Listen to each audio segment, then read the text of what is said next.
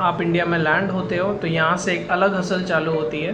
तो पहले तो अगर कोई और कनेक्टिंग फ़्लाइट है आपके प्लेन में, प्लेन से दूसरे लोग जो जाने वाले हैं, तो आपको प्लेन में ही रुकना पड़ेगा। जैसे कि मैं जब आया था तो हम दिल्ली में उतरे थे, उसके बाद तभी उसी टाइम पे कनेक्टिंग फ़्लाइट थी कोचिन और बेंगलोर की, तो उन लोगों को पहले उतारा गया और आधा प्लेन उन लोगों से ही भरा हुआ था।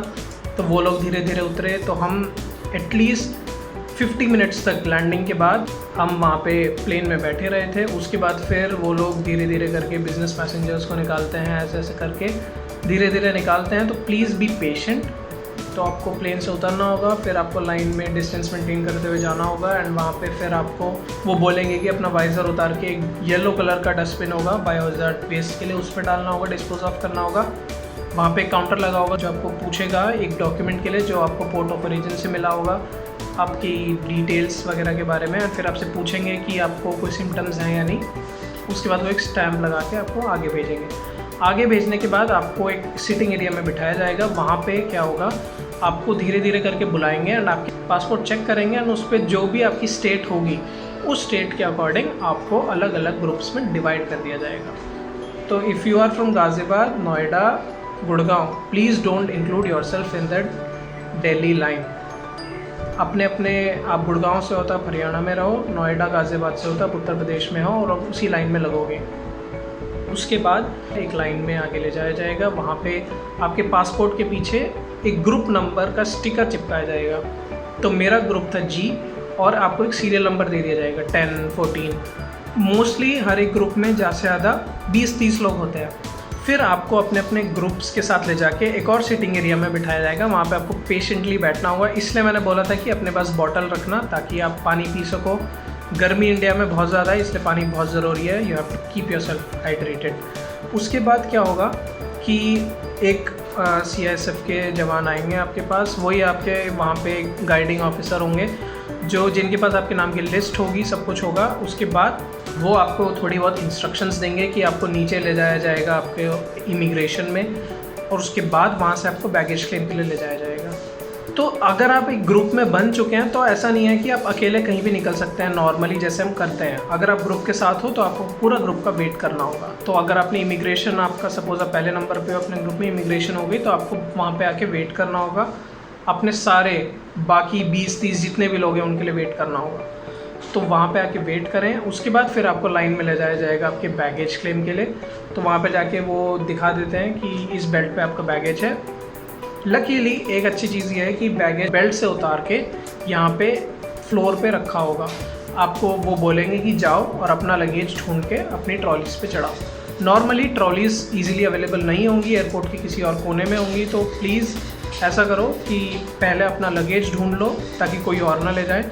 फिर अपने उस लगेज के साथ पूछ पाछ के कहीं भी जाओ और ट्रॉली ढूंढ करके अपने साथ रखो। लगेज ले जाने के बाद फिर आपको एक अलग वेटिंग एरिया में ले जाया जाएगा। इस वेटिंग एरिया में आपको के बाद आपको अब बहुत देर वेट करना पड़ेगा। मैं पर्सनली, मेरी हालत ख़राब हो गई थी। We had to wait around 3 to 4 hours there in that waiting area में। दूसरी चीज़ें तो मैं पीछे छोड़ दी। तो टाइम लगेगा but you have to be patient, क्योंकि किसी की गलती नहीं है।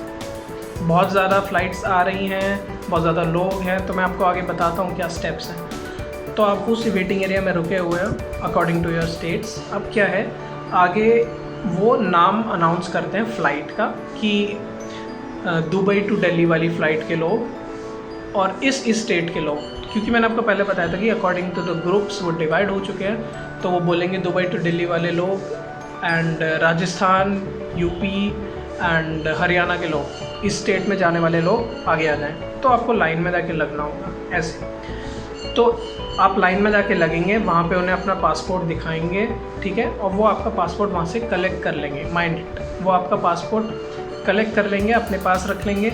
आगे जाके आप क्रॉस करोगे, वहाँ पे कस्टम का एक काउंटर होगा। आपको अपने सारे बैग्स फिर से स्क्रीनिंग के लिए देने होंगे। वो एक्सरे मशीन से निकलेंगे, फिर से आपको ट्रॉली पे रखना होगा। उसके बाद आप बाहर आते हो। यहाँ पे एक और नई हसल चालू होती है, क्योंकि बाहर आने के बाद गेट के बहुत लंबी लाइंस होंगी इधर उधर और हर स्टेट का अपना अपना एक काउंटर होगा। तो उस काउंटर पे आपको जाना पड़ेगा जब आपको कोई बुलाने आएगा, तब तक आपको वहीं खड़े रहना पड़ेगा। अगर दिल्ली में क्या था कि अंदर वो इसलिए बिठा रहे थे क्योंकि बाहर बैठने की उतनी व्यवस्था नहीं थी, बहुत कम सीट्स थी, तो लोगों को खड़ा रहना पड़ता है, इसलिए उन्होंने अंदर बिठा रखा था ताकि उस स्टेट की जब तक भीड़ कम हो तभी हमें बाहर भेजें। तो उसके बाद आपका नंबर आएगा, अगर आप लकी हुए तो जल्दी आएगा, वरना बहुत वहाँ पे अलग और टाइम लगेगा। उसके बाद आपको एक ऑफिसर आएंगे आपके पास, वो बोलेंगे कि आज चलिए आपका यूपी के काउंटर पे, वहाँ पे जाएंगे। वो आपसे आपका डिस्ट्रिक्ट पूछेंगे, कहाँ से हो आप, डिस्ट्रिक्ट के अकॉर्डिंग वो आपको एक पेपर देंगे एंड उसमें आपको अपनी डिटेल्स भरनी होगी। वो लोग डिसाइड करेंगे कि आपको 7 डेज़ होटल क्वारंटाइन जो आपको खुद पे करके रुकना है वो करना है, या फिर 14 डेज़ होम क्वारंटाइन के लिए भेजना है। तो उन अथॉरिटीज़ के पास वो डिसाइसिव पावर होती है। तो आपको वहाँ वेट करना होगा। उसके बाद वो आपसे पूछेंगी आप कहाँ से आए हो, कहाँ का गए हो, based on your past travel journey history they will decide कि आपको किस टाइप का क्वारंटीन में रखना है। जो उन्होंने आपसे फॉर्म फिल कराया था उसके अंदर वो खुद से वहाँ पे एक ऑफिसर बैठे होंगे जो सिग्नेचर करेंगे। वो बोलेंगे कि प्लीज़ इस चीज़ की फ़ोटो ले लो, तो आपको फ़ोटो लेनी है एंड उसके बाद वो आपको बताएंगे ऑफ कोर्स कि होटल जाना है या घर जाना है एंड उसके अकॉर्डिंग आप जा सकते हैं।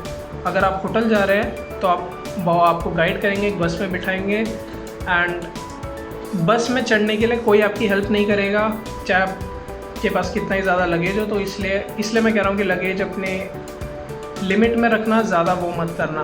बस में चढ़ाने के बाद वो आपको होटल्स में ले जाएंगे अपनी अपनी स्टेट में। वहाँ पे आपको 7 डेज़ क्वारंटाइन के लिए रुकना होगा। होटल में जाने से पहले आपकी एक बार थर्मल स्कैनिंग होगी, टेम्परेचर सब लिखा होगा एंड उसके बाद 7 डेज़ क्वारंटाइन के बाद आप वापस आओगे, तब आपको आपका पासपोर्ट मिलेगा। तब तक आपका पासपोर्ट जो आपसे पहले एयरपोर्ट पे कलेक्ट किया था वो आप डायरेक्ट होटल वालों को देंगे और होटल वालों आपको देंगे ऑन द 7th डे। मैं होटल क्वारंटीन के बारे में ज़्यादा डिटेल में इसलिए नहीं बता रहा हूँ क्योंकि ऑलरेडी उस पर वीडियोस हैं काफ़ी यूट्यूब पे, आप उसको देख सकते हैं उनके एक्सपीरियंस के बारे में। एंड जो मेन चीज़ थी वो मैंने आपको बता दी है। तो बीच में निकलने से पहले भी होटल में आपका एक कोरोना का टेस्ट होगा, थर्मल स्कैनिंग या जो भी स्वैब टेस्ट भी हो सकता है। वो होने के बाद ही अगर आप नेगेटिव हैं तभी आपको घर भेजेंगे। उसके बाद आप घर आएंगे। घर आने के बाद आपको एक स्टिकर दिया जाएगा जो आपको आपके घर के बाहर चिपकाना है एंड अपने साथ एक सेल्फ़ी लेनी है कि आप अपने घर पहुंच गए हो एंड वो आपको किसी को व्हाट्सएप करना होगा। उसके बाद आप आराम से अपना रह सकते हो घर पे। अपना आई वुड सजेस्ट कि अपने रूम में रहो। अगर आपके घर पे कोई और फ्लोर खाली है तो अपने उस फ्लोर पे रहो। पूरा अभी इमोशनल बन के अपने घर वालों से गले मत लगना क्योंकि it's a very good thing to be precautious. बस इतनी ही सारी डिटेल्स थी। अगर आपको कोई और क्वेश्चंस हो तो प्लीज़ आप कमेंट में डाल के पूछ सकते हैं। एंड ये तो मैंने इन्फॉर्मेटिव वीडियो बना दी कि जिसके अंदर बेसिक मैंने स्ट्रेट अवे पॉइंट्स दे दिए, अपनी जर्नी के बारे में नहीं बताया।